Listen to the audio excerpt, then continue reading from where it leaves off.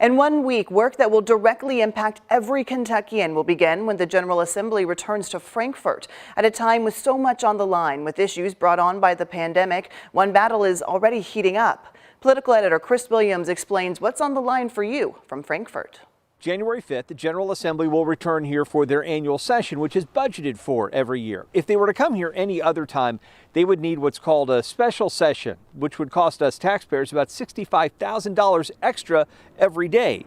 A debate over who can call one of those special sessions should be one of the hottest debates here in Frankfort next week. I think the election was a cry for help from people around this Commonwealth, and I think we have a mandate to act. The tone echoed at news conferences earlier this month. What I heard,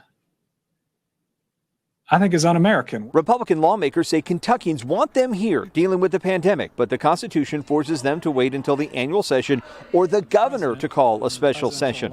Governor Beshear knows that the supermajorities plan to give themselves power to call a special session, and he doesn't like it. No, we shouldn't be doing things different just because one branch is controlled by one party and the other branch is controlled by another. We believe in the system of government, and we ought to support it, even when we might not like the person that is running another branch. And it's the institution of the governorship, not the individual of the governor. So there needs to be that distinction made. This is an institutional issue, not a personal issue.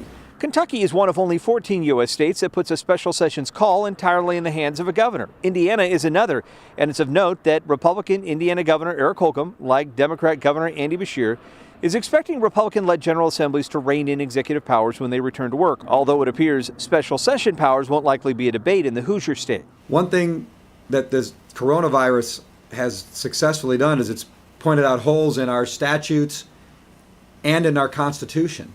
If the special session plan passes, you get the final say, not the 138 state senators and representatives here in Frankfort.